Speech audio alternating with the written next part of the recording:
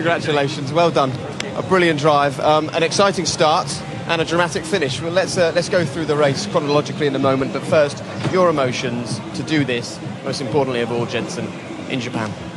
It's, well, I've never seen my missus cry at Grand Prix before, so even when I've won a race, so it means a lot to her. It's her home Grand Prix, and it's, when she cries, it's difficult for me not to, but I'm going to try and hold it together right now. It does mean a lot, and it's not just Japan, it's this circuit. This place is phenomenal, as you know, and you know.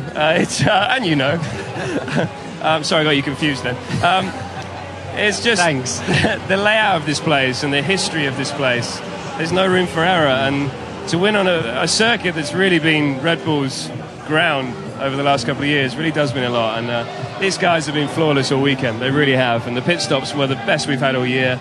Everything just went to plan, apart from obviously the start. And look at this. How often do you have a grandstand full of people after the Grand Prix? Like 2 hours after the Grand Prix. They're amazing. So. Absolutely amazing. Jenson, we've been talking about your standing in the sport. Martin had just mentioned you're probably held in higher esteem now than when you won the World Championship. It seems that you're getting better and better. How are you managing to do that, having been in the sport for 11 years now? Yeah, I'm one of the oldies now, so I don't know. And Is it the comfort within McLaren? Is it you really feel supported? Is that something different to... I think winning the championship in 2009 really gave me confidence in my own ability. I had a couple of really rocky years where the car's not quick, but you still question your ability. And why can't I push this car further than anyone else? And why can't I try and... there are so many things going on in your head. And after you win the World Championship, your confidence just goes through the roof. Not just your confidence in driving, but your confidence in setting up a car, your confidence in really pushing a team and pulling a team in the direction you want them to. And at the moment, I'm the happiest I've ever been.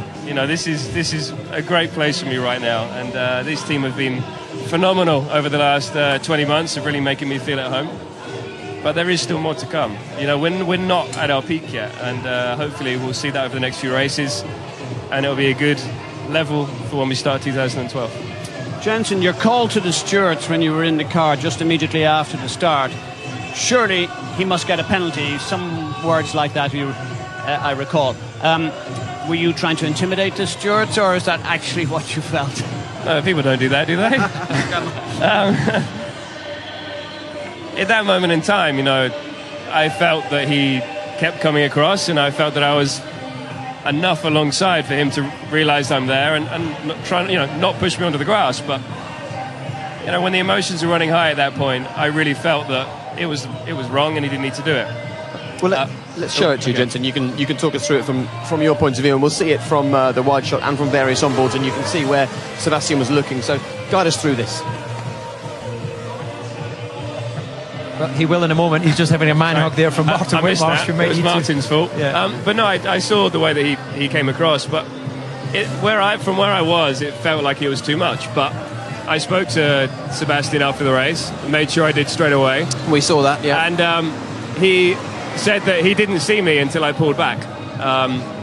And I'm going to take his word on that one, because I don't think he's a liar. So I'm going to take his word on that and say it wasn't an incident, but it was just one of those things that happens, and move on from it. When you see the onboard of Sebastian, you'll see that he's looking out the right-hand side of the car. He's not looking out the front. But this is on board with you. How was your start? Was it an absolute start was piece? Amazing, actually. But yeah, it's quite tight, isn't it? Yeah. Good recovery from that. Now take a look at this. Just watch Sebastian's head.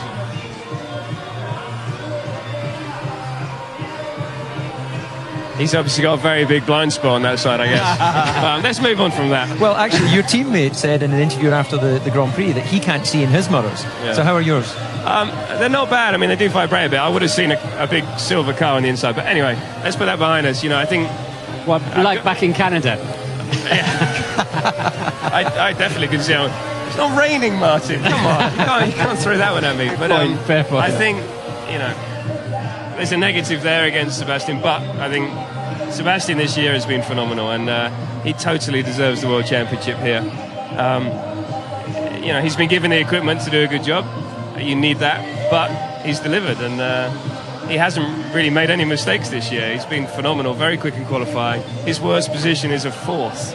How many drivers on the grid would dream to get a 4th? And he's been on the podium every race except for one, and he's done a fantastic job. And that's why it's great beating him here on a circuit that Red Bull's been very strong in the past, and obviously he is at the top of his game. Sweet revenge then when you came out of the pits in front of him. I bet there was a yell inside the crash helmet there. Yeah, I definitely didn't look in my left-hand mirror. If he was there, I don't know what was going to happen, but no, you were ahead of him. You were comfortably ahead. Oh, really? Yeah.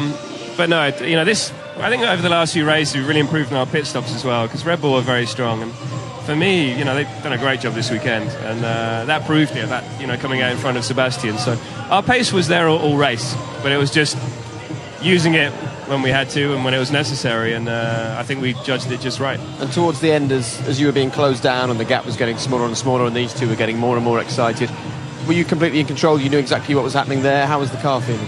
Well, I wanted to put on a good show for the fans here. Thanks for that. No, it's never that simple. I was looking after the tyres. We were always worried about blistering. I was also looking after the car and the fuel. So it was tricky, because the team said to me, back it off, take it easier on the car. And I had a 6-second lead. I missed the pit board once.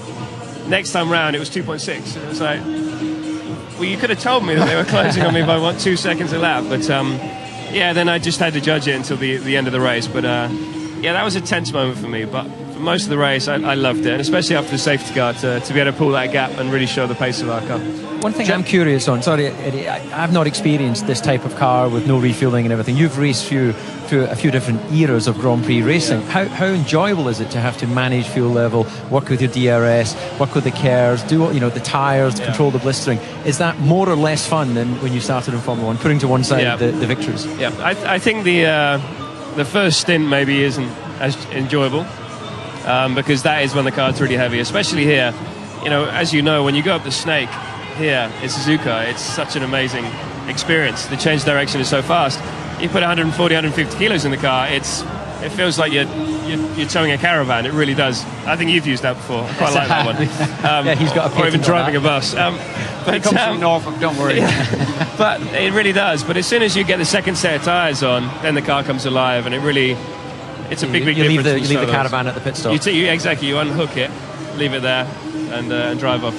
Jenson, sometimes in life you feel a sign, and it's a very big mark in what's going to happen. And how big a sign was Canada? It was pretty big. It was one of those races where we weren't quick enough to win, we didn't think.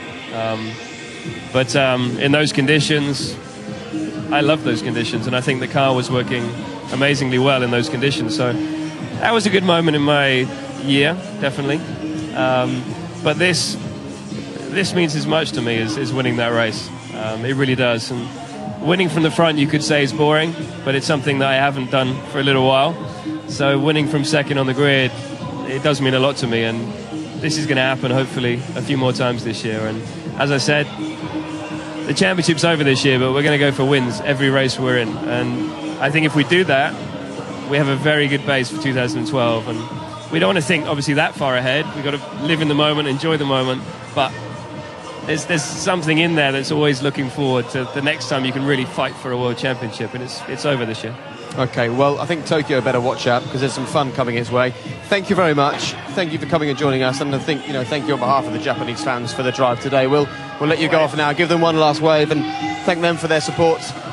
You said on Friday when we spoke, you don't care about being second in the championship or beating Lewis Hamilton. Wins is what you want for the rest of the season, and that's not a bad way to start the last few races, is it? It's not at all. And as I said before, I'm auctioning off this helmet. A race-winning helmet from Suzuka. I said if you win the race, that'll be worth quite a few. So hopefully it will be, and we can raise some good money. So. Wonderful. All right, congratulations. Thanks for that today, and we'll let you go and do everything else you need to do. But thank you very much, Jenson. Well played. The race winner. I'll pay €1 more than your highest bid. All right, really? As long as it's not more than €10, because he doesn't spend much on anything. Thanks, Jenson. And there he goes. Look, another fan desperate for an autograph, desperate to speak to him.